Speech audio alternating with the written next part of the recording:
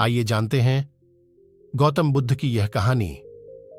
हम लोग भगवान से हमेशा कुछ न कुछ मांगते रहते हैं, हमारे मांगने का कभी अंत नहीं होता। कई बार हमारी मांगी मुराद पूरी होती है तो कई बार ऐसा लगने लगता है कि प्रार्थना बेकार जा रही है, भगवान हमारी सुन ही नहीं रहा है। जबकि सच यह है कि भगवान हर किसी की सुनते हैं और सभी की झोली भरने की कोशिश करते हैं। लेकिन जब झोली भरी हो या आपको भरी झोली को खाली करने का तरीका नहीं मालूम हो तो भगवान यही सोचता है कि इसे देने का भी क्या फायदा। अगर आप वस्तुओं का उपयोग समुचित प्रकार से करेंगे तो निश्चित ही आपको आपकी मांगी गई चीज मिल जाएगी।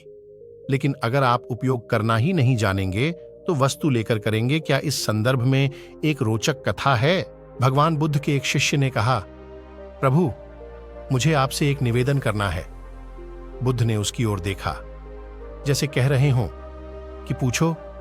शिष्य ने कहा कि मेरे वस्त्र पुराने हो चुके हैं, अब ये पहनने लायक नहीं रहे, मुझे नए वस्त्र चाहिए। बुद्ध ने शिष्य के वस्त्रों की ओर देखा। वस्त्र सचमुच बिल्कुल जीर्ण हो चुके थे। बुद्ध ने दूसरे शिष्य से नए वस्त्र लाने के लिए कहा। कुछ दिनों बाद बुद्ध अपने उस शिष्य के निवास पर पहुंचे। कुशल क्षेम के बाद उन्होंने पूछा, तुम्हें और कुछ तो नहीं चाहिए? शिष्य ने कहा कि मैं इन वस्त्रों में बिल्कुल आराम से हूं, मुझे और कुछ नहीं चाहिए। अब बुद्ध और शिष्य का संवाद शुरू हुआ जो इस प्रकार था। बुद्ध, अब जबकि तुम्हारे पास नए वस्त्र हैं तो तुमने पुराने वस्त्रों का क्या किया? शिष्य, मैं अब उसे ओढ़ता हूं। बुद्ध, ओढ़ने के पुराने वस्त्रों का क्या किया? शिष्य जी, मैंने उसे खिड़की पर लगा दिया है। बुद्ध, तो क्या तुमने पुराने पर्दे फेंक दिए? शिष्य जी, नहीं, मैंने उसके 4 टुकड़े किए। रसोई में उनका इस्तेमाल चूल्हे पर से गर्म पतीलों को उतारने के लिए करता हूं। बुद्ध, तो फिर रसोई के पुराने कपड़ों का क्या किया?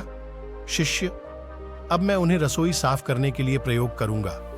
बुद्ध, तो रसोई के पुराने वस्त्रों का क्या किया? शिष्य, प्रभु वह अब इतना तार-तार हो चुका था कि उसका कुछ नहीं किया जा सकता था। मैंने उसका एक एक धागा अलग करके बाथियां तैयार कर लीं, उन्हीं में एक से कल रात आपके कक्ष को प्रकाशित था। बुद्ध शिष्य के इन उत्तरों से संतुष्ट हो गए। वे प्रसन्न थे कि उनका शिष्य वस्तुओं को बर्बाद नहीं करता और उसमें समझ है कि उनका उपयोग किस तरह से किया जा सकता है।